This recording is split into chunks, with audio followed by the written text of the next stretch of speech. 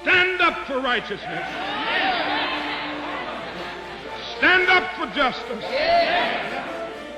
Stand up for truth. I truly believe that thoughts are the greatest vehicle to change. We do not care whether the cat is black or white, as long as it can catch mice. We choose to go to the moon in this decade and do the other things, not because they are easy, but because they are hard. Victory in spite of all terror. Victory however long and hard the road may be. To those waiting with bated breath for that favorite media catchphrase, the U-turn, I have only one thing to say. U-turn if you want to. The ladies not for turning. It is better by noble boldness to run the risk of being subject to half of the evils we anticipate than to remain in cowardly listlessness for fear of what might happen, is a quote from the Greek author of the first great narrative history produced in the ancient world, who is often referred to as the father of history, Herodotus. I thought this was an apt quote for our guest today, a student of history, who with the spirit of entrepreneurship started a part-time gardening business that has gone on to be one of Australia's most well-known brands. Our guest is Jim Penman, founder and chief executive officer of Jim's Group, Australia's largest franchising family, with over 4,500 franchisees across more than 52 divisions, including Jim's Mowing, one of the largest and best-known lawn mowing businesses in the world. He is also an author and social theorist, exploring the physiological underpinnings of social change and its probable effects on civilizations. Hello and welcome to another episode of No Limitations, a show where we speak to elite, world-class performing men and women and unlock the secrets and influences that have shaped their destinies and that you could apply to your own life. For our first-time listeners from all over the world, please don't forget to follow on your preferred podcast platform and share with your friends and colleagues. And for our listeners in Andorra, Mexico, and Japan, a big hello. I am your host, Greg Robinson, Managing Partner of Blenheim Partners, Executive Search and Board Advisory. In a candid conversation, Jim brings to life his remarkable story of noble boldness and entrepreneurship, his tenacious approach in looking after the welfare of people he deals with, and the constant push to raise standards. Lastly, Jim touches on his view of society and the reform needed to address our current challenges. So sit back and enjoy. Character is everything. Jim, welcome to the show. Good to be here.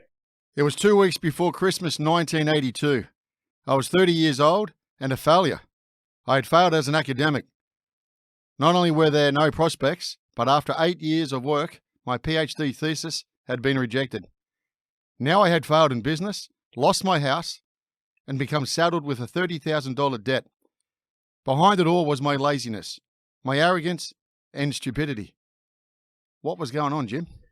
I don't know. I'm a man of many weaknesses, and that was me at my worst. I just got above myself. I mean, look, the failed academic career, I can't blame anybody else. I went to do a PhD in history. If you want to be an academic, you've got to be specialist. You've got to be you've got to study one particular time, be the world expert in that. And I wasn't just interested in one. I wanted to know about all of human history, not just human history, but how it relates to cross-cultural anthropology and zoology and even into genetics and so forth. So it was wildly unspecialized. And I should have known I had no prospect of an academic career. I wanted to pursue it, but nobody's going to give me a job. But being lazy, that was just me. That was just my stupidity. I was sort of engaged and very distracted and just up myself. I just sat around my beanbag and borrowed money via my parents. And God, it was the most terrible mess. I can't believe I did it. Maybe I've learned a bit since then, but I can be very lazy at times. I really can. So where are you from, Jim? Because I understand what Mum was a teacher. Yeah. Was Dad an academic in some form as well? He was an engineer. Okay. He worked at a university for a while, and then he worked for Carlton United Breweries. He was the chief engineer there before he got basically fired for being an ornery, which goes in the family. And then he became a consultant, which suited him pretty well. He used to do neat things like work out how people got murdered and whether they were guilty or not, and whether somebody was guilty of drunk driving. Got some good stories, my dad. Used to bring home all sorts of stuff and set fire to it on the lawn just to see whether it would burn. It was very colourful. So how does that sort of set the stage for someone who's going to build a fairly entrepreneurial career? I never thought of being in business. I had no concept ever at any time in my life that I would be in business for a career. I was going to be a doctor or a vet or, typical academic middle-class family, all those kind of things. And I went to university. I was going to be definitely an academic. That was my idea there. I must say at one stage I wanted to be a science fiction writer. Yeah, I remember. Yeah. I've failed sadly in that area. I've never written anything that's any use, though I tried. I just backed into it. Look, the only thing I could say is that I am very creative. I'm very unusual in my way of thinking. And the whole thing that came to my academic career was that I just had to think things differently. And, I had a different idea about everything. Why did the Second World War take place? Well, I've got a totally different reason to anybody else. Why did the First World War? Why did societies flourish and decay? My reasons are totally different. So that kind of very, very ultra original thinking I applied to business when I had no choice. Okay, so you got no choice, and what was it, $24 in the pocket? Yeah. The amazing thing is my situation was worse than it had ever been, but I did better than I ever had. And that was because I was married. I had my rent to find. I wasn't living at home anymore. And I just had to make a living. I had to support my family, my wife, who was a student, so she wasn't working. So I just had to. And when I had to, I did it. So even though in the best situation before I failed, when I had to, it just shows that it comes from within. People don't succeed and fail because of external circumstances. They succeed and fail because of what they do and how they approach things. And that was the lesson to me. Okay, so you're facing an enormous circumstance in your life, so you're going to have to sink or swim, I guess, to put it in that way, and you go away and make some calls. What was the beginnings of the business, and what is it now? I used to mow lawns as a student. In fact, I've been gardening since I was 8 years old. I used to go and do some work for a neighbour, Mr. Tapley. I used to go and I got 2 shillings a week back in those days. That must have been about 1960 or something like that. So it was not to buy a box of chocolate. It was not too bad. And I've done it for most of my life. I did it as a student, and I just gradually built up. I started off gardening $1.50 an hour, and then I got a lawnmower, which was great because I wanted to pay for my car, which I thought might help me with the girls, which it didn't. And so the end result was when I failed to get my PhD, which I did eventually get later. That's the only thing I knew how to do. I knew how to mow lawns, and I was pretty good at it. I did have very, very high standards, though. That's one thing I would say for myself. I really, really was fanatical about making the job look fantastic and never letting clients down. It's just an emotional thing with me. I hate letting people down, I used to love my clients saying things like, I never knew my lawn could look that good. That was a real satisfaction. I still try and teach my guys how to cut long grass. I just had a complaint today about a franchisee. The client complained he didn't pick up the grass clean because it was wet. So I wrote back to him and said, that's not a valid complaint. You should pick it up clean. This is how you do it. You overlap, you cut with the right hand of the mower, you keep the catcher from getting too full. And then I said, so I'm not going to wipe the complaint, but next time you go there, do it properly, and then text the client and ask if she's happy now. Then I'll delete the complaint. So I was still fanatical about that kind of thing. Well, was it every customer's a raving fan, isn't it? Isn't that your... Yeah. Well, I actually personally we survey our clients, about 1/3 reply. I personally read every poor review that comes through to the system, and I'm the only person that can wipe them out if they've satisfied the client. So I'm very focused on customer service. It's like an emotional driver. People are always saying to me things like, Jim, just lighten up. Come on. You're causing mental health issues by pushing all these complaints out. But no, because you've got to be fanatical about customers, because that's the only way that you can have work. When we started off gyms back in the early days, I used to have teams of canvassers knocking on doors to find work.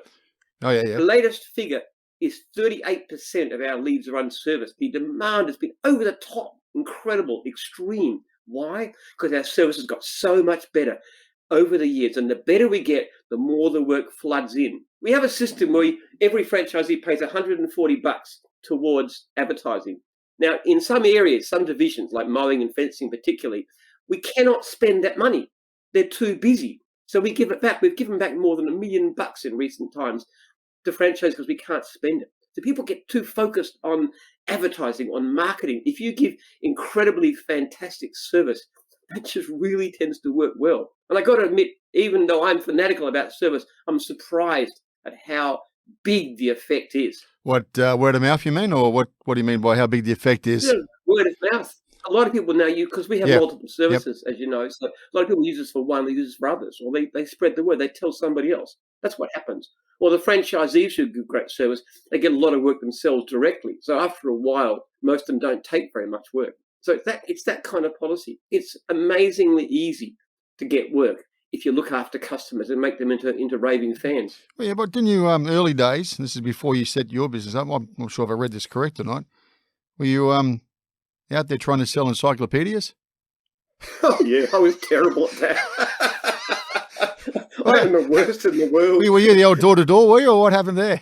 Yeah, door-to-door, knocking on doors. We used to do it in the way you were giving away encyclopedias because they were $500 in those. That's right, expensive stuff. And back in 1970, you just about buy a house for $500. That's right. Easy credit. Surely you're selling easy credit. Oh, it was terrible. But the point of it is, people loved these encyclopedias. It was these colliers they used to be. So we used to go door to door, and we were taught to say we're giving away sets of encyclopedias. Isn't that great? You can educate your children for nothing. But then all we want to know is you're serious about doing this, and so therefore obviously you want to keep in touch with the yearbook, and you want to get the information service, and that costing them $500.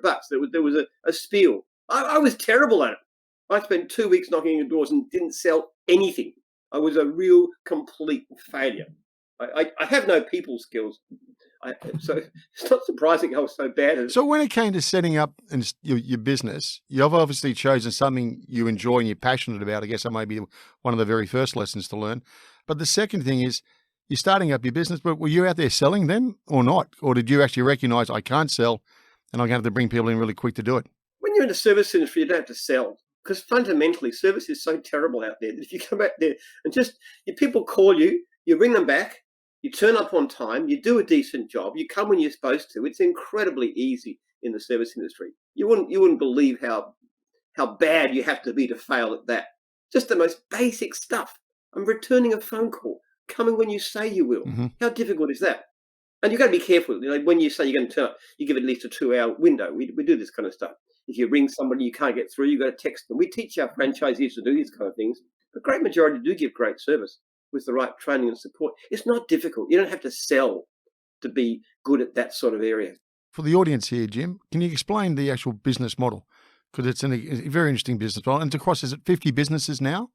Yeah, a bit less, actually, I think. I'm not talking to you about the business model. We have franchisees, we have divisions. So you have divisions like dog wash, mowing, cleaning, test and tag, pest control, all the rest of it. You have a franchisor, which for quite a few cases is us, the national office, but usually somebody different. And they go and they actually recruit franchisees. And they organize the advertising, and the leads go to the franchisees, and then they go out and do the work. And we have a system of we register models to complaint. We serve our customers. So we have systems of making sure the jobs are done correctly. And as we've tightened them over the years, their services increase and so have the leads. But actual fact, the thing about gyms that's peculiar is that we don't consider our customers number one. Franchisees. Actually, our franchisees are number one. Our priority is franchisees. And that's the great secret. If you look after customers first, well, how can you get great people? But if you get great people, then the customers tend to get looked after. So that's always been. And that's the hardest thing, actually, finding, recruiting, maintaining, keeping franchisees. Yeah, well, and ultimately the franchisees is putting their life on or their savings in your hands in some regards, aren't they? Well, we have a moral obligation in a way that we don't to a customer. A customer gets their lawn mowed badly. Well, that's not good, but it's not disastrous. Somebody puts their savings, and most franchises aren't expensive. A typical mowing franchise might cost you $30,000 with equipment, which is really not a big investment for something that could make you a living. But at the same time, if they fail, that can be very damaging to individuals. It can be hurtful. It can hurt them financially. It can hurt them emotionally. It can cost them their marriage. It's a very big sense of responsibility. And terrible things happen. We've had franchisees commit suicide. In 33 years, only one franchisee's ever died on the job from a chainsaw accident, which happened just last year, which was terrible. But we've had several commit suicide. So that sense, you've got a sense of pastoral care in a way.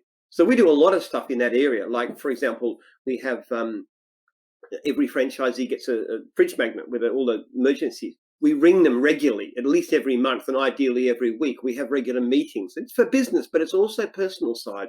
We have a psychologist on traps. Anyone wants to talk to them. We have volunteer franchisees who volunteer to talk to franchisees who need to.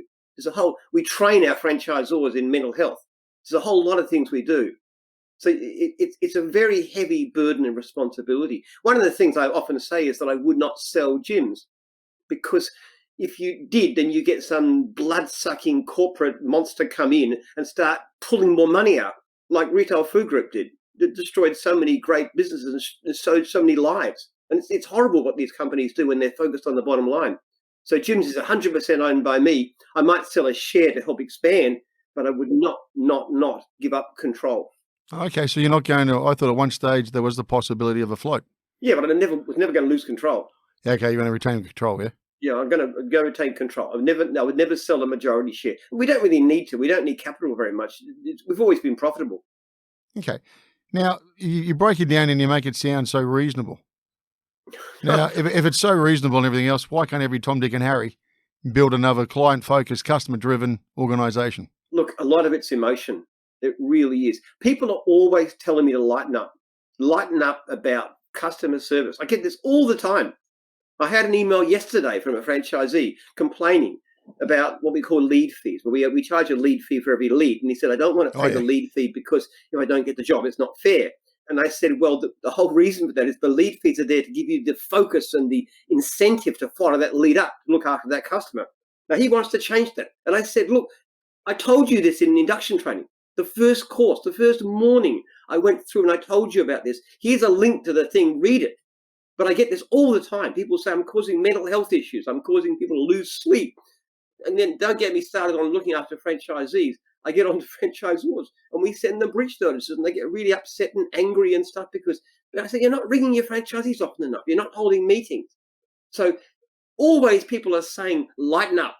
There's always this pressure. And I am just a fanatic. I will not lighten up. And in fact, as time goes by, we raise and raise and raise and raise our standards. And that is an emotional driver that I've got. And I do think that's obsessional nature. I do listen to people, but I don't get sidetracked from my core aim. It's not a rational thing. I don't think if I let this thing go, the whole business will fall apart. But I just can't stand to have a franchisee unhappy when I can do something about it or something can be done. You know, every franchisee in Jim's Group has my phone number and my email address. Yeah, I read that. But is that actually true? Oh, yes. Yeah. And they contact me often. I get several calls or emails a day from franchisees with all kinds of issues. And often it's things they want to complain about that I'm not going to change. I'm not going to modify the system.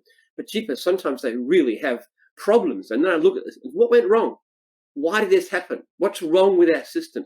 I love keeping in touch with the grassroots. See, the thing is, Greg, I'm a lousy manager. I really am a terrible manager. I'm terrible at marketing. I'm terrible at finance. I'm really bad at doing most things, but I'm really fanatical about my people doing well. That's my core job, keeping in touch, making sure customers are happy, making sure franchises are happy, and then when something goes wrong, come out and do something about it. Well, where do they normally get it wrong? You know, they've obviously invested. They don't want to get it wrong. They want to get a return on their business. Is it they believe they can? It's an easy step. Everyone can do it. They've misunderstood it. They don't put the work in. It's probably all of the above. But is there a common thread? Look, if there's anything I could say about franchisees who get it wrong, it's the attitude that says when something goes wrong, it's not my fault. Yeah, right. That is the biggest thing. When something goes wrong, it's no good blaming everybody else. If a franchisee gets a complaint, they say, well, that's an unreasonable client, or your complaint system is too rigorous, or you're not treating me fairly and I should be treated more gently, and this kind of thing. And they just, whereas a good franchisee, a good businessman in general will look at it and say, okay, what did I do wrong? Okay, the client was unreasonable. The client wanted this extra work done. Okay, but why did they want it? Because maybe what I should do in future is write down in detail what I'm prepared to do. So I'm doing a vacay clean, for example. What's exactly included? Yep. Or I had one just a couple of days back where the client was complaining that the carpet cleaning franchisee hadn't cleaned the rugs. And he said, well, I didn't quote for the rug. But I said, did you write that down? Yeah, and he right. said, well, no, I didn't, because everybody understood. I said, no, I wouldn't understand that. I would think that if you're going to come clean my cupboard, you clean the rugs too. So he was blaming the client and he was blaming the system. But in reality, what he's got to learn is you go in and you explain what you're going to do in writing. And if there's a difference between what you think should be done and what the client thinks should be done, if you can't prove that you're right, then you do whatever they say. You go back and clean the rugs. And when you've gone back and cleaned the rugs, then you text the client, ask if they're happy, send me a response. Then I'll delete your complaint for you. Old-fashioned thing called accountability, hey? Yeah, yeah. And if I look at one thing that in my business career, and that goes back for many decades, every day of my working life, and even my non-working life, Christmas Day, Easter, it doesn't matter, holidays, not that I take holidays anyway, I hate them. But every day I'm asking myself the question, how can we do this better? That's the one question. How can I improve? How can I do better? Every day, multiple times a day, always that question, how can I be better? And that is the sign of somebody good. You don't have to be good looking. You don't have to be smart. You don't have to be good at anything. As long as you ask yourself that question, how can I improve? And what did I do wrong? Just on that, when you do ask those questions and you give yourself some time, that sounds like a couple of times a day, or when you're driving your car or going for your walk or whatever you're doing, where do you get the ideas from? Is it from your franchisees? Is it from you going to visit customers face-to-face? Or the second customer? I don't talk to customers face-to-face. No? Okay. So where do you get your ideas from? Well, I listen all the time to my franchisees and my customers all the time. There's constant input. I'm listening to my staff. I'm wandering around the office, talking to staff every day. I just go and see what's happening, what's going on, just chat with them. How are we going? What are your figures like? So forth. You do that all the time. Also, I read a lot. I'm a voracious reader. I read probably on average or listen to about 3 books a week. Now, this could be anything. This could be anything at all. I've just finished one called The 48 Rules of Power, which is about a handbook for psychopaths, about how to seduce women and become power hungry, and like quotes Machiavelli a lot, this kind of thing. I'm currently reading one called The Rise and Reign of Mammals, which is about evolution. But I read lots of books about motivation, like Atomic Habits, like Thinking Fast, psychology, all kinds of things. Just read one about called Economics in One Lesson, The Psychology of Money. I love books about everything: biography, history, social science, things like Everybody Lies. Those ones about the internet. There's some fantastic books around. I'm a great fan of Amazon. I'm one of their best customers, I must be, in the world. I just always borrowing books and downloading them, and I read The Economist or The Atlantic or The Australian or one of those things and get ideas for books and then borrow it, and I'm reading it 5 minutes later. I love it. It's fantastic. And I'm exercising. I'm working on my farm. I'm driving. I'm listening all the time, talking books. When do you switch off then, or do you? Well, sometimes when I'm asleep. No, you probably still dream about something then as well, I assume. Well, I have dreams, and often frustration dreams, I must say. I'm dreaming about something, problem or something I'm trying to solve in my sleep. So what's the key to growth? Just fanatical about doing it better, improving things. Look, the thing that amazes me is people think they are so much better than they are. We don't realize how terrible we are. I mean, you look at me, and you think, here's a guy who's, reasonably successful. I'm a lot more famous than I'm rich, I can assure you.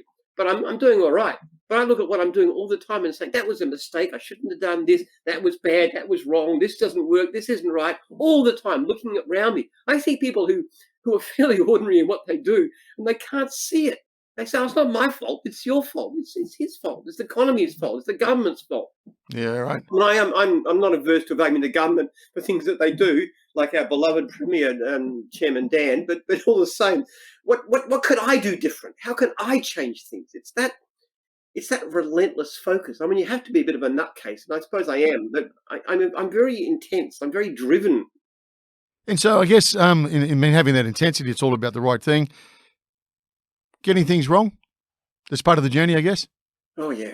Doesn't worry you. You're a bit smarter the next morning. No, my wife says I'm like one. Those plastic things with the weight in the bottom. You knock them over and they spring back. She says I'm like that. Something goes wrong, and I say, okay, well that was a mistake. Okay, what was the mistake I did? What did I do wrong? Like we just hired a CTO, and it was a really bad decision. There's some bad results that come out of that. Okay, so what was the mistake? Okay, how did we choose the wrong person? So we did another series of interviews when this guy fell over, and we did it more thoroughly. We actually investigated more carefully. We got some outside consultants to help us. We did thorough series of interviews, interview after interview. We're prepared to pay a lot more, like double the amount of money. So, okay, it was a mistake and it was bad, but we learned a lot from that mistake and we won't do it again. When did you set up? 82 you got going? Yeah, well, in a sense, full time, yeah. Okay, so you've been at it for some time now. So if you stand back, is there much fundamentally changed in the art of business? Well, the basic psychology is the same. The basic idea, you're fanatical about service and you're fanatical about changing everything you do. That doesn't change. What's changed dramatically is the IT revolution. That changes everything. Everything is different now. Advertising is totally different from what it used to be. It used to be so simple. You know, you had your yellow pages, you had your local papers, you had your leaflet drops. That was it. That was how it worked. These days, it's all online. You've got all these social media, and you've got the Google AdWords, and you've got you've got to be SEO. You've got all this kind of stuff too, which fundamentally is way over my head. I didn't even look at social media. I don't understand it, but I've got people who do. But you're out there YouTubing, are you? Not me personally. No, I have somebody who does that. Every now and then he says, "Give me some more social." So I write things down. I write all this stuff, and he puts them out. I don't even read it. Actually, I'm afraid. So what do you think of marketing then? Well, it's a lot more complicated. It's a lot more complicated, a lot more difficult than it used to be. That's the thing. It's a very specialized area. Look, as I said before, Greg, I don't know much about anything, including marketing. I just have this fanaticism, and then I find people who can do it for me. I've got fantastic people who work for me. You know, very dedicated. My CFO. Who doesn't look like she's like in her 30s, and she's a lady, and she's not very tall, and she's just wonderful. She's just really dedicated. I've got this wonderful general manager, Rocky, who just was one of our franchisors actually, and came to the office, and he just proved incredible. My wife runs a lot of marketing stuff, social media. Joel, who you probably had contact with, he's fantastic on social media too. So I've got Megan, who runs what we call our Gyms Plus, which is selling our surplus leads and so forth. So I've got some great people, and that's the key to it. Why would I want to work with a zealot? If I'm the Australian out there and I'm coming in on, Jesus, you're a bit worried about this bloke. He's going to push me pretty hard or whatever the case is. Why would I want to work with you? I think you have to be the right kind of person. Not particularly corporate. The great thing about gyms is that it's very flexible. Things are changing all the time. And if you've got an idea and you think I should do this, well, yeah, let's do it. Let's give it a try.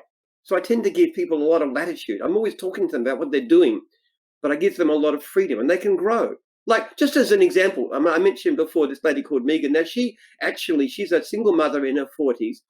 Before she came to work for me, she'd never had a raise in her entire life. She'd worked basic administrative jobs all the time. But you see, coming into gyms, I get to talk to her and say, what are you doing? So I put her in charge of a department just as an experiment because she was pretty good at what she did. I recognized that she'd done good work, put her in charge. She's proved to be an incredibly great manager. Who would have thought it? She's never been in management. She's got no degrees, got no nothing. But she's a fantastic lady who loves what she does. And she's so enamored of the figures, and she's great with the staff. She's just a wonderful person. So you find gold. I mean, Joel, as you met Joel. Joel came in doing a administrative job part-time, basic admin jobs. But he was good at what he did, and we transferred him to somewhere else. Actually worked for insurance, and then I would go and talk to them, and he'd have ideas about how you could promote insurance and improve in the website and stuff. And he got interested in things, and because of that, because I knew him, I knew what he was doing, he was able to progress. See, people can do things in gyms they can't do in a corporate environment. We don't have a rigid hierarchy. You know, I talk to everybody. If somebody's got an idea, here, have a go. Try this job, change to that job, do something different. We actually do that. So for the people who have that kind of mind where they like to take what you might call them entrepreneurs, they actually flourish because it's not rigid. We have people who start in the call center who now do all kinds of jobs, which is wonderful because we've got some amazing people who are just answering phones, and that's a sort of fairly dead-end job. But no, not with us. They can do anything in gyms. Character's important, Jim? Character's everything. Character matters more than anything. I do not have much truck by qualifications. I think they're mostly pretty much garbage. I don't think you learn much from anything. I have to say that, including business courses. I really don't. I think that experience does matter, and it's good in certain areas, but character trumps everything. And I'd rather have a person with a great character who knows nothing, no qualifications, nothing, but is just great at what they do. You know, one of my most successful franchisees was a high school dropout. went to work for McDonald's, got good training, has a great attitude, really looks at what he does all the time and works it. And he's taught me a lot of stuff too. How do you assess someone's character, Jim? I wish I could interview them. If I had any wish, Greg, it would be some sort of a light that I could shine on somebody and know their character. And that'd be fantastic. But in a practice, what you tend to do, you try and make your best hope. And look, I'm a hopeless interviewer. I really have no confidence in that at all. But when a person actually starts working, it becomes very obvious whether they care about what they do. And that's what you want. Because, I mean, we're a small company and I sort of know people pretty well. So you don't get lost. I don't want people who play politics. I can have two people come into the office. One of them is just looks so good and so impressive, and it's a complete bust. And somebody who looks, you wouldn't think so. You wouldn't think they would, and they're just amazing. When you see what they do and come with the ideas they come with, how much they care about their job, that's what matters. Hey, look, rewinded back all that, the start of the show when I read out that quote from one of your books. It must have been a pretty tough time. Like obviously you're facing into the future here. You can talk about character and anything else. Where was your confidence at that point? Because that's, and then I guess the second part of my question is, Jim, when did you start seeing the light, thinking, okay, I can do this? Because as you said here, I'm 30,000 in the red. I failed. Yeah, I wouldn't have thought the confidence would have been booming at the time. I don't even know how to answer that exactly. Look, when I did my research project, what I came to the conclusion of, the ideas that I have could potentially change the world, change society in a really fundamental way. Could deal with all kinds of problems like drug addiction, alcoholism, like poverty, like all kinds of issues. Why didn't you get it over the line then? Nobody will listen to me because it's so wildly different to anything that anybody says. To me, it's blindingly obvious. Some people do accept it. Actually is taught. There's a few academics around the world who are teaching this stuff, but it's not widely accepted. It's wildly, wildly, wildly different to anything you've ever heard. People don't like strange ideas. So what I realized was the only way I was going to be able to get this theory going was to actually do a research institute and actually develop treatments that would do what I say they do, which I'm doing now. We're spending $2 million a year in a research project through La Trobe University in Melbourne. Do you want to tell everybody what your theory is? It's a theory that everything in society that matters, including war, peace, economic growth, everything depends on character, the character of individuals. And the character that matters is that which is associated in animals with mild food restriction and other kinds of food restriction. So it's a reaction, it's something built into our mammalian heritage, which means we react to the environment in a way that adjusts our behavior to different conditions of food restriction. And what society, civilization basically is a character which is associated in animals with mild food restriction. And that sounds weirdly bizarre, but what mild food restriction does, it actually changes your body in all kinds of ways. For example, it turns on and off certain genes. It's a thing called epigenetics, which I didn't know about back in the 70s, but it's big. It's a big thing now. So we're identifying the genes. We're also looking at pheromones that affect it, because we found that the pheromones for mildly calorie-restricted animals actually affect other animals. We're doing it in rats. But I'm putting together things that don't belong together. Like I said, why did the First World War take place? Well, it's because of a thing called a lemming cycle, which is the same reason as the American Civil War took place. It's the same reason as the Napoleonic War. And it's to do with the way, the same thing as animals, lemmings. They have these cyclical population boom and bust things where they grow and then they decline. And there's a biological reason for that. And we have them in humans, but they take about 300 years, somewhat variable. So you can identify, it's a wildly different pattern. You look at everything that's ever written about history, about economics, about politics. It's totally, totally, wildly different from anything that anybody thinks. The only way that I believe we can show that this is correct is by developing treatments that are really, really effective, which I believe we will. And people are going to have to listen. They're going to have to say, well, I know this sounds lunatic. It's against everything that I know and I believe and I understand about how the world works. But this stuff works. And that's the point. Back in 1982, I had this theory. I knew I had to develop it. And I had to, because that's my whole purpose in life. And the only way to do it is to become rich. So I decided I was going to become rich. That was basically it. So to fund the theory and to do what you really want to do, you set up this business. Yeah, exactly. That's right. it, is it? Yeah. So it's in reverse. Yeah, I could not fail. I could not, I never thought for 1 second I had any option to do anything else. I had to do this thing because the whole future of society. Now, I know that makes me sound like a megalomaniac, but that's what I felt about it. I could not do it. I didn't have any choice. I knew I would just have to keep on going until I made this work. And it doesn't matter what anybody else, it doesn't matter. The whole world says you're wrong. I don't care. I have to do it. All right, you're a man possessed. Are you going to pull it off before your days come to an end? I will. I absolutely will. I'm confident we will. I've got some very advanced stuff happening through our research program. We've got some really, really interesting things. And the recent advances in things like CRISPR for epigenetics. I read an article in New Scientist just the last week where they're actually using CRISPR to change one particular gene, which is to do with the metabolism of cholesterol. So they are actually using this kind of stuff. And I showed to my team and said, we can do this. We can turn these genes on and off. And I believe once we do that, we're going to get some big effects. I think in the next 2 or 3 years, you will see some really significant changes. And I'm not going away anywhere soon. I'm just turned 70. On base of life expectancy, looking at all my health and fitness and exercise and all the stupid things that I do, I'll probably live to at least about 95. So I've got a lot of time to go to achieve what I need to. All right, we've got a good 25 years to get through this, but how were you travelling through COVID? And how were you travelling, as you said, with Victorian government? All right, okay. Don't get me started on beloved. Well, I mean, that might have changed some of your theory, I might have thought, No. It was just it was just stupid. It was pure politics at its absolute grimiest work.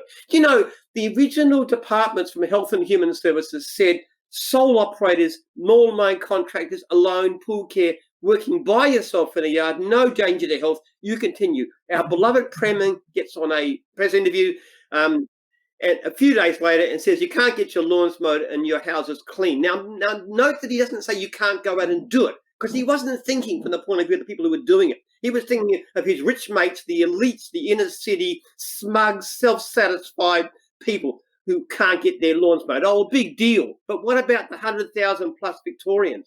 Now, what was his reason for that? I don't even believe he knew what his own guidelines were about. And then when he found out that the guidelines were different, he would have just backtracked and changed the rules. And then what I've said ever since is, what was your reason, Dan? Why did you knock my people out? Where's your expert report? How can a person who mows lawns by themselves in a line, has no contact with clients, how can they possibly spread inspection, particularly when you have teams of council gardeners doing the same jobs? Agreed. There's apparently no risk of infection. So where's your reasoning behind it? Now, we have taken him to court and we have said to him, we want your reason, because we're putting a claim for financial compensation on a test case. It's gone through VCAT, which is the Victorian Small Claims Tribunal, and they actually fought it. They had a big thing, they had experts come in and stuff, but they haven't given us any reasons. Now, actually, VCAT basically has come back and said, they don't have to tell you any reasons. They don't have to give you information. They don't have to tell you why they did this. So now we're appealing to the Supreme Court. Yeah, well, I thought government's for the people. Not this government. Not this government. It was just pure cynical politics. There was obviously no justification. There was no reason for what they did. But for the Premier to back down, yeah, sure, I would have saved a few 100,000 jobs, but I might have appeared weak. So that's an easy thing. So he wouldn't back down. He wouldn't admit he made a mistake. If he'd done that, I would have backed off. He said, look, we had a look at it. There was no real reason for it. I made a mistake. I misspoke at the conference. A decent human being might have done something like that. Somebody who cared about Victorians, somebody who cared about the welfare of their citizens. So there was no justification. I misspoke. I made a mistake. And I would have taken my hat off to him. So what's your thoughts, Jim, on the bigger picture too, with regards to just business in Australia and the engagement with the levels of government? Look, I have to say, Australia is an amazing country right now. We are incredibly rich. We have got so blessed with resources. We are facing a few headwinds and stuff. I think they're going to have to raise the rate of interest, and that's going to cause a recession, which doesn't worry us at all as a franchise, because we do better in recessions because it makes it easier to recruit franchisees. I think there's a general decay in character in the population. It's part of my theory. It's part of the reaction to wealth and urbanization. And I think there's a general decline in work ethic, in the sense of initiative, the thing that makes, I mean, let's face it, look at one thing. Technology is going ahead. Technology is amazing. The productivity improvements that we've seen in gyms are based on technology are extraordinary. Yet we're not getting any richer. Why not? Because I think character is declining. And we've got to come to grips with the aspect of character. And this is where my research is going to, because I think we can do something about this. Okay, so when you say character is declined, in what manner? Work ethic, the ability, just the willingness to work hard, to take initiative, to care about what you do, that kind of attitude. We employ an awful lot of Asians, actually, I must say, a lot of areas. We find they've got a stronger work ethic. But even so, it depends where they come from. We find, for example, that Asians from the diaspora, Chinese diaspora, tend to be better than those from China, because China's become very corrupted because they've destroyed all the traditional values with Marxism. And there's a big vacuum in its place. It's just a search for money. That's very destructive of character. So character is everything. And when character decays, the reason that some countries are rich and others are poor is not to do with politics, to do with economics. It's to do with character. You have the kind of character that makes you rich, you will become rich. And you lose that, then you will go down. We've got to reform character. You're not a fan of crypto, are you? No, I'm not. Look, the problem with something like Bitcoin is it's pure gambling. It's something that's not got any inherent worth, except, I mean, look, I've got to say, if you're a drug runner or a pedophile, it's a great currency to have, so you can do it secretly, all right? But apart from that, I cannot see the value of a currency that has nothing behind it. Now, the technology of crypto, the ability to be able to do contracts and this kind of thing, and to have, wonderful ways of transferring money at a set rate, stable coins, this kind of thing, that has some real value. Crypto for itself, and I've said this again and again, on social media, crypto is just gambling. Don't do it. And I said this a few months back, and deluge of people having a go at me and how bad it is and everything else. I'll tell you what, if anybody listened to me in those days, I would have been a lot better off, because they would have sold their Bitcoin and avoided all these losses. Look, gambling is a bad idea. If you're going to invest in something that has real value. Don't gamble. Gamble is a mug's game. And if you're gambling in crypto, you're against people who are actually going out there. They're manipulating the market. What they do is they buy into this thing and they hype, get the price up, and then they sell. And the people who buy, are you doing that when you're flogging franchises as well? Look, let me quote you some figures. If you look on the internet, and I suggest you do this, at the failure rate of a independent gardening or cleaning business, the chance of you being in business at the end of the first year is between 5 and 10%. Now you can look this up. Yeah, no, that's general. I know that. Yeah. This is a service business, not a retail business. We're talking business like ours. Okay, I can give you the figures for us. Our chance of, if you buy a gym's franchise, the chance of you being a gym's franchisee in 12 months is around about 88%, not 100%. But it's 88%, which is a bit better than 5 or 10%. Am I making profit, or I'm just keeping my head above water? Okay, well, according to our latest survey, we anonymously survey franchisees every year. Mostly to get support, we ask them the question, are you making income that's good, satisfactory, or poor? Okay, good, the last figure is 52%. Good, the rest satisfactory. Poor is 7%. Now, that's not zero. But we measure this. These are anonymous surveys. Franchisor doesn't even know how they vote. We just aggregate the figures together. It's 7%. Traditionally, it's been about 10% this year. Last year was 7%. This year, we haven't got the figures yet. But that's huge. But the interesting thing about that, Greg, is that the 7% is not at random. What you find is that people that do fail and leave have much worse customer service records than those that succeed. Those who report poor income tend to have worse customer service records than those who report satisfactory or good income. So a lot of it depends. So what we do is we train people and we monitor them and we badger them and we even cause them mental distress by going after their complaints to say, you can do better and we'll help you to do better. We know this works because we have a training session, which is 3 days training session. There's one running this week, actually, just right now. And the first session on the Monday morning, I get up there and I talk for 2 hours. Most of it's about customer service. Now, I know that works because during the lockdown in 2020, we actually had to go online and we had this system where you could watch a video of the session and then you could ask us some questions. And we know that they didn't watch it because the levels of customer service in new franchisees, so many of them, was absolutely terrible. So after that, we said, if it's online, you've got to do a Zoom call. So we've got to know you're watching. You can't just watch a video. So actually, the control experiment, by seeing people who hadn't done this aspect of the course, actually had dramatically worse customer service. I mean, to give you an idea, we have a scale of an average rating between 1 and 5 stars, depending on their response. The average in gyms is about 4.7. There's quite a few people who've got 5.0 these days, more and more. But the average of person who leaves in their first year is 4.2. Now, 4.2 still means that like 3/4 of the clients are happy. But to us, that's a pretty poor rating. That's a shockingly bad rating, 4.2. So when we had this system go through, and some people hadn't listened, we had ratings like 2.3 or this kind of stuff. They were shocking. So, Jim, is it effectively a process and just do the process well? Yeah, of course. So cut that lawn well and then just do it. And guess what? You'll get repeat business.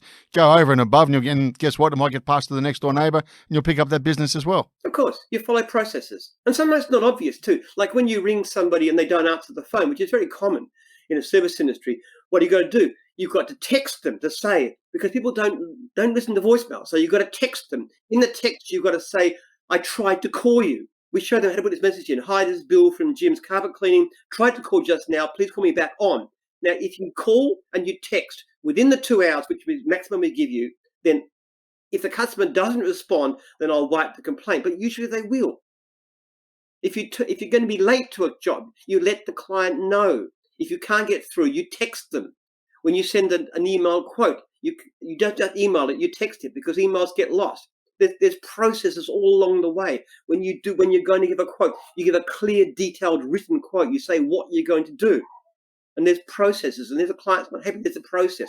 So yes, it's all process, but it's a process driven by passion too. So Jim, in your business then, if you're going to open up another product line or another business, does the majority of the time, does it come from you, or do you get people coming in and say, Jim, I've got on, like Mr. Branson and his business, I might want to create a business, maybe doing brides or whatever it's going to be, but I'd love to have your backing or support or your skills in marketing and opening doors. How does it come about? Mostly people come to me. Yeah, do they? They just email me directly. I'm very easy to reach. That's one thing. I clear my email box every day, several times a day. So anybody wants to reach me, they can. Jim@jims.net. You got an idea for a business? Email Jim@jims.net. I won't give you my phone number. You can't phone me. You can phone me because you're in the media. But you can't phone me, because I won't do that, but I will listen to an email. You've got an idea, I'll respond to you. And that's actually how they mostly come about. Just say I have that idea. Yep. All right. Okay. And you say, that sounds like a good idea. Let's meet, or what are we going to do? Yep. Or Zoom, or what are we going to do? Yep. Talk me through your process. How are you going to evaluate me? Well, first of all, I want to know what you've done, because I want to know, like, for example, we had somebody, the latest division is called Scratch and Dent. Now, that was an easy one in a way, because the guy who did it used to be a franchisee and a franchisor of ours way back. And he's a good guy. He's a guy called Jason. Now, he's left gyms and he went on to greater things. He built a business that does Scratch and Dent. He built a very major and successful one, become a real expert in the industry, and sold that out. And now he's going to do it through gyms, which is a process he understands. Now, this is great, because I know Jason. I know he's a great guy. He's got really good experience. He's got a success. Why does he need you? Because the brand is so powerful. Look, we had somebody interested in that. We did a survey for Jim's Glass in Adelaide some years back. We did a survey for Jim's Glass. We actually showed them, the customers, we showed them a number of different brands. We showed them a couple of local glazing companies. We showed them O'Brien's, which is the number one in the country, as you know. They're huge. Yeah. They're all over the place. And we showed them Jim's Glass. And O'Brien's, not surprisingly, did somewhat better in customer recognition than the local ones. But Jim's Glass was by far the best recognised. When we asked people who they'd use, Jim's Glass every time. Now, the funny thing about that, there was no such thing as Jim's Glass. It didn't exist. It was a survey just to find out. So what we've got is fantastic customer recognition. So we put the brand out there. It's so easy to find work. So just on the brand. Yeah. So they're putting the brand out there. Yeah. How is it done through the interaction by your franchisees, majority of the time winning the business, or is it done by new fandangled ideas through marketing? How do we market? Is that what you're saying? Well, I'm sort of saying you say the brand's out there, right? Yeah. How do you keep getting that brand out there? Well, you've got to be where people are looking. This is the big difference. In the modern world, you go to where people are looking. So what you've got to do is you've got to have a website, and the website's got to be very well managed. It's got to have SEO on it, and that's, as you know, it's quite an art. We've got people who specialize in that, and we're still learning how to do it. It's got to load quick. It's got to look good when you get on there. It's got to appear, and having all kinds of information. We're setting up a how-to channel in Facebook, for example, to get people to come and have a look. And then you put good stuff on the website that causes people. So when people go in there, they keep on having a look at things, so they stay there. So Google recognizes that as being good. And then you use various forms of social media like Facebook and all the rest of it to get people to identify with you, and then use things like Google AdWords and stuff and so forth. But wherever people are looking for you, you've got to be there. Okay, and the brand of what I'm seeing right in front of me is a picture of a bloke with a beard and a hat on. That's me. That's you. That's me. That's what I used to look like. And that's interesting as well. You're, as the leader, you're going to use yourself as the brand. Yeah. Well, it's very helpful from that point of view, having my name on the company, because everybody knows Jim's, and that's me, so I can speak for the brand. Okay. Now, you don't know me this time around, and I've forwarded an email to you, and I've got a product or an idea. Whatever, and so we've never crossed paths. It makes a little bit of sense. How are you going to put me through my paces to sort of get me in your mind to get it over the line? I think this makes sense. I'm prepared to trade my brand and bring you on, etc. Just talk us through. Okay. Well, first of all, I'd have to look at whether it's feasible for us. We don't get into site-based franchises. We're not good at that sort of stuff. We understand a business where somebody rings up, wants the service done, and we go and provide it. That's basically our medium. It can't conflict with an existing division in any way because our contracts have what we call territory rights built into them. So if you have the right to do, say, carpet cleaning, I can't have somebody else come and have that service, or even service that could overlap with it. So it's got to be feasible. I would then have a look at who you are and what you've done. What do you know about that business? What have you done personally? Have you done it yourself? What hourly rates have you had? How did you market it? I would just be grilling you about what you've done. And, look, it's not that difficult. Now, if I find that you've got what it takes, we'll then put you through training. There's a 3-day generic training course, and then there's a franchisor training course, which is 2 days. Now, part of that is an assessment process. If you don't do well, you will get knocked back. We had one franchisor training last year where we knocked back most of the applicants. They just didn't have, because when you do franchisor training, it's very close. Franchisee training could be, 60, 80, 100 people. But franchisor training is just a few. So you get to know them, and then we have dinner with them, and we get to see them. We had one particular case where one potential franchisor was rude to a staff member. We just failed them because there was a terrible personal attitude. It was just shocking. I mean, he wouldn't even be suitable as a franchisee.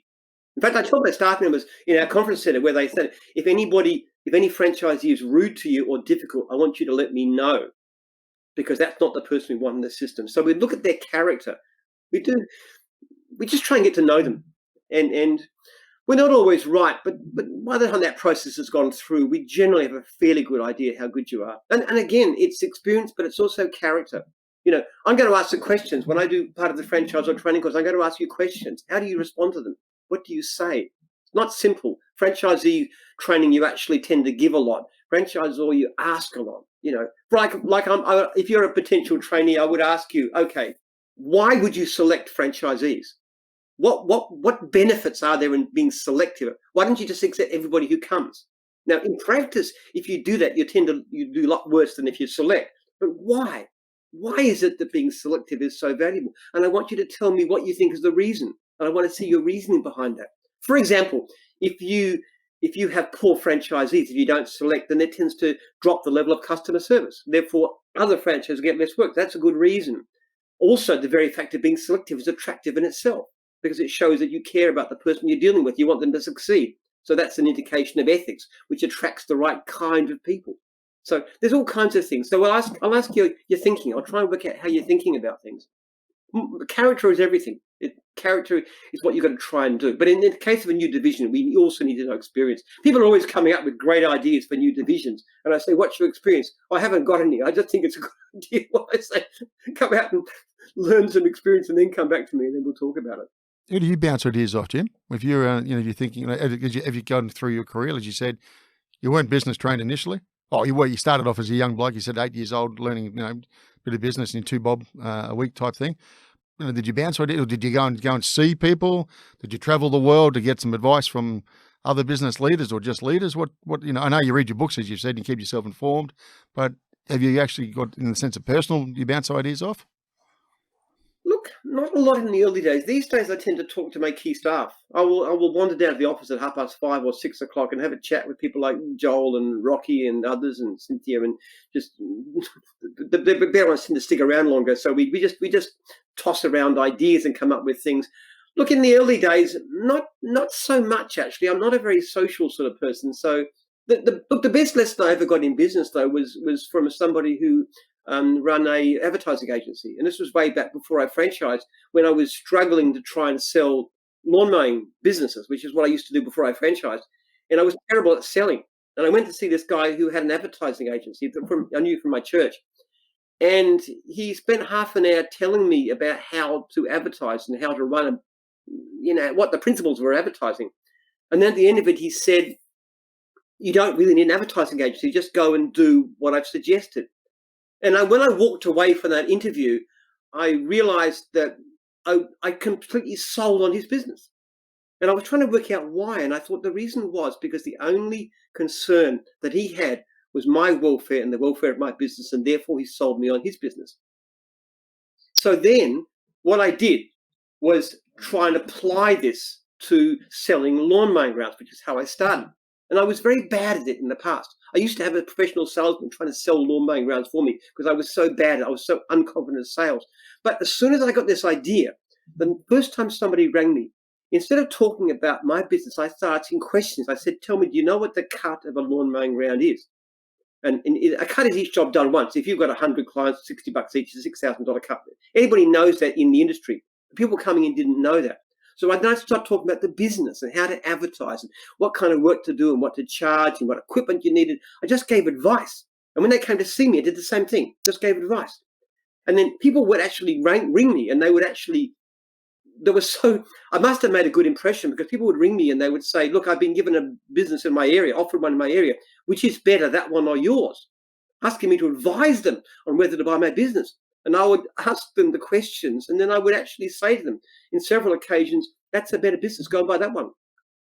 So I stopped being concerned about my business and started being concerned about their interests and their welfare. And you know what? As soon as I did this, pathetic salesman became Super Jim. And that was the basis of everything I've ever achieved, that single idea. If you focus on the welfare of the person you're dealing with, irrespective of anything else, you'll tend to be a good salesman, because it's genuine, it's real. Creativity and the canvas of Jim's business. It's given you the creativity allowed the flourish throughout your career? Yeah. Creativity is everything. Look, I'm a great believer in experimentation. I have made more mistakes than anybody I know, and I still continue making them because I'm always trying different things. If something goes wrong, if something's a problem, you don't just think of one way, you think of 3 or 4 different ways to deal with it. All kinds of different approaches. Just keep on trying and trying and trying different things. And the one thing I know about business is that nothing ever works out the way you think it will. Most things work out substantially worse than you think. Some things work out much better than you think. But you've got to try stuff all the time. Constant innovation, which I love. I find it really exciting. Some people find it a bit wearing. I come into the office and I've got another book and I put it on Rocky's deck, and Rocky rolls his eyes and I've never finished the last one yet. But there's this ideas that I want. There's wonderful stuff around, and you just keep on trying stuff. New idea, Jim's Plus, that initiative. Am I going to be happy with that if I'm bought into you, or what's the story behind that? Jim's Plus. This is the one. We've got this hundreds of thousands of unserviced leads every year. That's right. And we are trying to do something about it. Look, it's the same problem. One of our biggest customer service issues is not so much the poor work we get, the fact that we can't provide service. If you go and look up Jim's Fencing, for example, you'll find terrible reviews, mostly because we cannot look after them because it's like 60, 70% on service. So it's damaging. And the sole lesson, if you go into a retail store and they don't have what you want, what does a good retail store do? They'll always say, look, I'm sorry, I don't have it, but down the road, you can get it there. That's just good business principles. Okay, so that's the idea behind Gyms Plus. We actually identify and we find contractors who are in business already, and we pass the work to them. And then what we do is we measure them. We give them 3 leads free, and then they've got to pay a certain amount per lead, only what they take. And then we measure results. We use our survey system. Anybody who doesn't do particularly well get dropped very quickly. And I'm proud to say that the actual service given by Gyms Plus is very close to Gyms franchisees. Not quite as good. It's about 4.5 stars, where Gyms might 4.6, 4.7, but still much, much better than just saying, no, we can't help you. So that's the idea. At the moment, we're running it. We've got only about 1 in 3 of our surplus clients going out, because we keep on knocking people off. So it's not that easy. You've got to find the good ones. But the great thing about it too, some of them actually, there was one guy at franchise training this week I was speaking to who actually came in through Gyms Plus, because we gave him leads through Gyms Plus. There were great leads. It's not like High Pages where you get 6 different quotes and you go to the cheapest. Gyms Plus, you only get 1 person. We give you the lead. You're the only person that's got it. You go and quote it. If you do, but just amaze the client. So we had this guy decided he liked our leads so much he decided to buy a franchise. That's not uncommon these days. Different dynamic, Jim. Family and business. Not easy. Yes, well, unfortunately, I've got an amazing wife that I totally adore. I'm crazy about. Still on the honeymoon phase after 21 years. Who happens, as an extra bonus, to have very good business skills. Lee's actually a lot better than me. She's a much better manager. She gets involved. She learns how to do something. She gets into the nitty-gritty. She learns how to do SEO. She learns what a bad link is and how they're done. She's great at that. She's running the marketing and so forth, which is very positive, and she's been very helpful. She's helped set up my finance department, getting it run well, helped me to find Cynthia, which is my wonderful CFO. Downside is we argue a lot. We're always fighting. We had a discussion. We were out on the way to have a nice date the other night, and she proposed something. I didn't like it. So we had this cold, hostile thing right through dinner. It was a terrible date, I can tell you.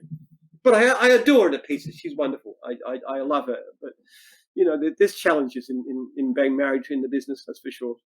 What do you think of the future? Yeah, the next couple of years, like you said, we've got some downwinds coming. We've got inflation, we've got interest rates, a bit of uncertainty over there into the geopolitics, and we've got a new government, federal government. What's your thoughts? Look, I think Albanese is doing a decent job. I got a lot of respect for the guy. I'm not a rusted on Liberal supporter. I actually tend to be in favour of things like carbon taxes and stuff. So I'm sometimes a bit left of centre. But being small business, you know where I sit. I think he's a decent man. I think he's trying hard. I think he's trying to be competent, looking after the economy best he can. I think you can't crack inflation without causing an economic downturn. They just can't do it. And we have to crack inflation. We cannot have prices getting out of control again, as they did back in the 70s. And they should jump on it faster and get the interest rates up. Look, it's a lunatic. Look at it this way. What's the current rate of inflation? What, it's 5-6%? I'm borrowing money at 3%. The bank is paying me to borrow money. That makes no sense whatsoever. Now, it's easy for me to say because Jim's is very profitable. If interest rates went to 10%, it would hardly worry us. But it would hurt a lot of people. But that's what they have to do. They have to put the interest rates up. They have to cause some sort of a recession. They have to crack the back of inflation. And they've also got to do something about the debt too. We just can't keep on borrowing all the time because in the end, the chickens will come home to roost. So there's some very hard decisions to be made. I give all credit to the government. I wish them all the best in making the tough decisions. I think they probably will. I hope they will. And for Jim and his business, does he see opportunity in all this coming forward? Yeah. Look, it's going to be wonderful for us. I mean, look, I don't want to sound callous. Recession is terrible. I think one of the wonderful things about the economy right now is that labour is in short supply. People can go and get a job anywhere, and they can be treated decently. And I like that. I think it's good. I like the fact the demand for labour pushes up wages. We're raising wages too, like everybody else too. So I think that's great.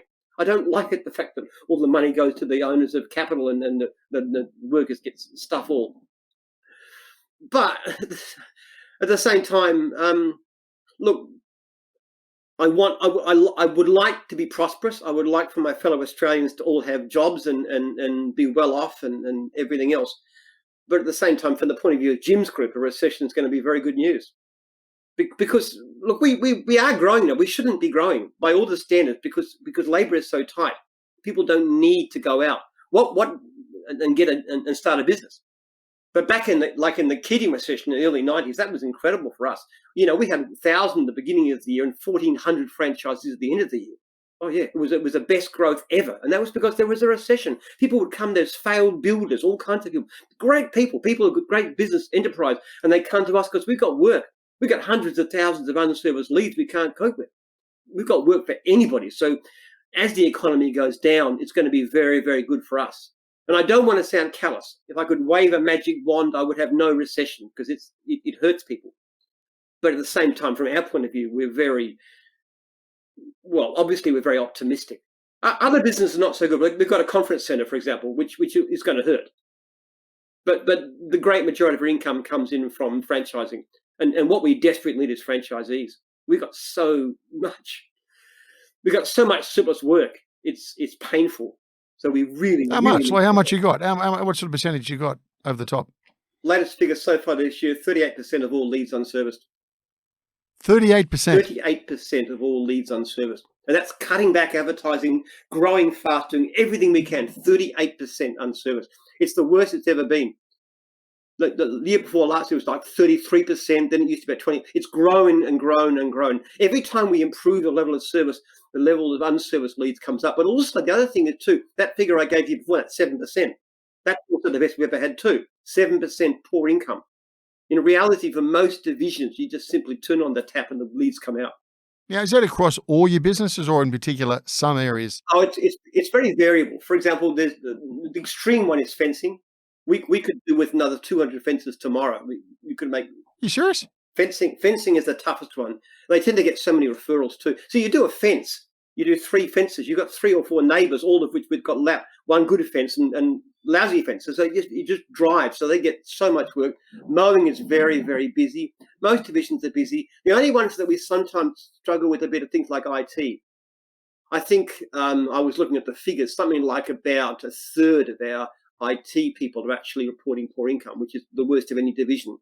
So they have to go out and do promotional work. We have a system called Pay for Work Guarantee, where if you're not making a certain level of income, pretty about $1,000 to $1,500 per week, then you can promote yourself, and the franchisor pays you to do it. Now the franchisors, one franchisor yesterday was writing to me, and a problem is the income. The trouble is he's not getting enough leads. He's had in the last fortnight, he's had something like 16 leads. It's not as though he's getting nothing, but it's not enough. So what I'm saying to him is you've got to go out and you've got to do this promotional work. You've got to promote your own business. You can't just rely on us.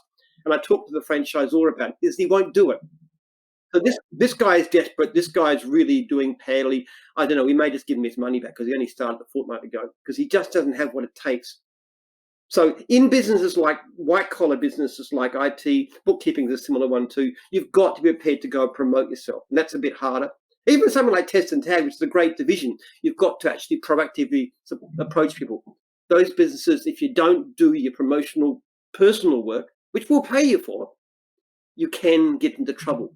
But most divisions like, cleaning and dog wash and fencing, mowing, all those ones, the work is unlimited in effect. I know you've got a purpose and everything else, but when you bring someone on, are you fairly ruthless?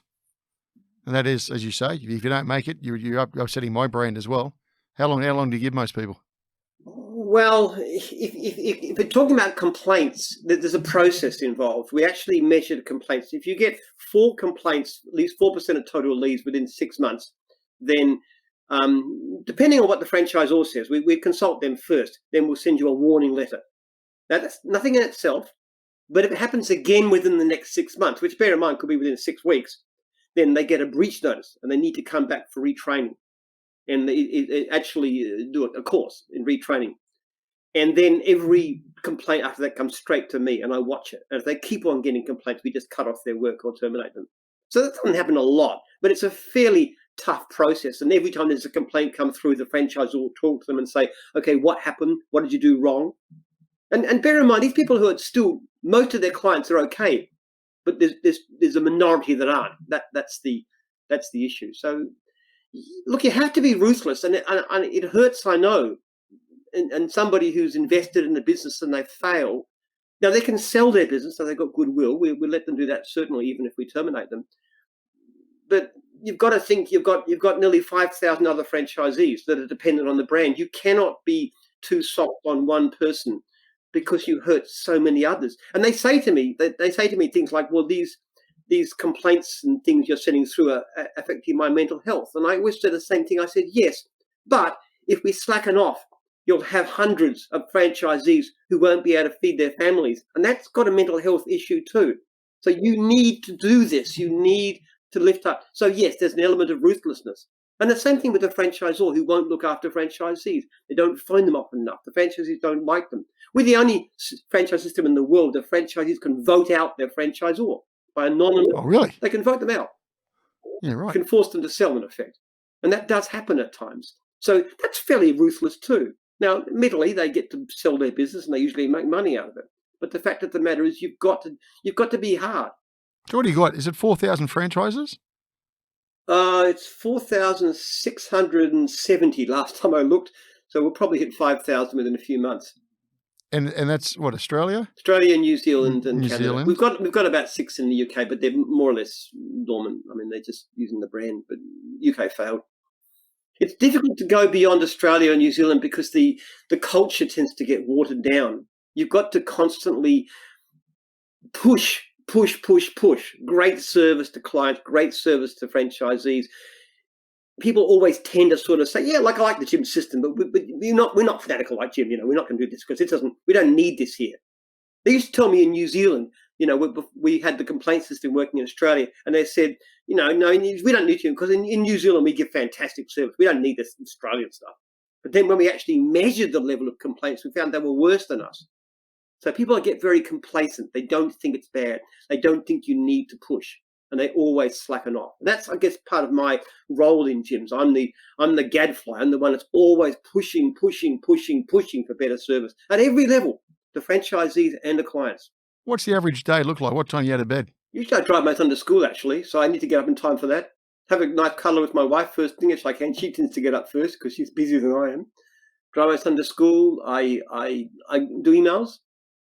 I go through my email all the time. I keep in touch with them. One of the things is it's very important when you respond to somebody, especially a franchisee, the quicker you do it, the better it is. It takes the same time to respond to an email within 2 hours as it does within 2 weeks, but the effect on the person who emails you is dramatically better. Well, see, that's interesting because you hear everybody else saying, surely you've got better things, not better things to do, but can't you group that and do it later and focus on your work and then get back?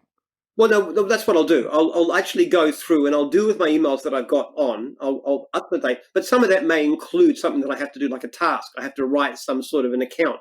That's part of my system. So I'll write, just like the other day, they wanted me to write something. We were setting up an office in the Philippines. They wanted me to write some sort of a statement about what Jim's was. So I did 2.5 pages. I just did it. I can write fairly fast. I'm a very fast typist. So I just do what I need to do. Then what I tend to do is to go, I often have meetings and things, often online. I mean, it might be a podcast like this, or I'm meeting with staff or meeting with the IT team or something like that. So I do those. And I just wander through the office, talk to people. I just go to each office in turn, have a chat, how's going on, just say hello to people, what's happening, what happened with so-and-so, mentioning something that come up in an email, just keep in touch with all that sort of stuff.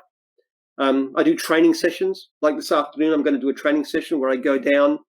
When we've got trainees in, I actually go around and chat to them as far as possible. I like to talk to every franchisee if I can, because if they've met me, then they're more likely to contact me if they need to. So I really push that, and I just talk to them. I'm not a natural extrovert, so it's something I've had to learn to do. So I spend a lot of time in just keeping in touch with people, I suppose. I don't have a lot of formal jobs apart from going through. I deal with all complaints. Any complaint wants to be taken off, I deal with it personally. because it's part of them. It's keeping in touch with what's going on, and it helps me to understand and learn what the mistakes are. So I don't work incredible hours. I probably work 40 hours a week, I think, but it's difficult to say though, because I mean, if I'm listening to a book, a great book, is that work? Well, it's not really technically work, is it? But it might be the most valuable thing I do all week. And sometimes when you're talking to staff too, sometimes the discussions can be a bit personal, but it's not work exactly, but is it?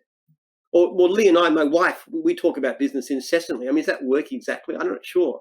So that's why it's difficult to measure it. I just know I love what I do. I really, really enjoy it. It's just an incredible buzz. I think I don't, there's a happier man on the face of the planet than me. I just enjoy it so much. To me, business is like some giant, incredibly fascinating computer game. You know, it's always interesting, always changing, always challenging, and you get paid to do it. I mean, it's an amazing thing, business. I love it.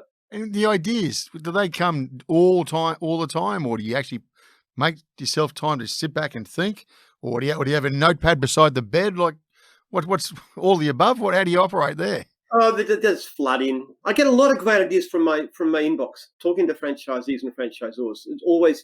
And just going around and talking to people and just discussing things and you spark ideas. So just inbox discussions, books, everything. I would come up with new ideas all the time. I mean, there's so much fascinating stuff going on. You know, we're launching an RTO right now, a registered training organization. That's something that I find really, really fascinating as an idea. And that's only been going that came out of a discussion just one evening in the office with Rocky and a few others.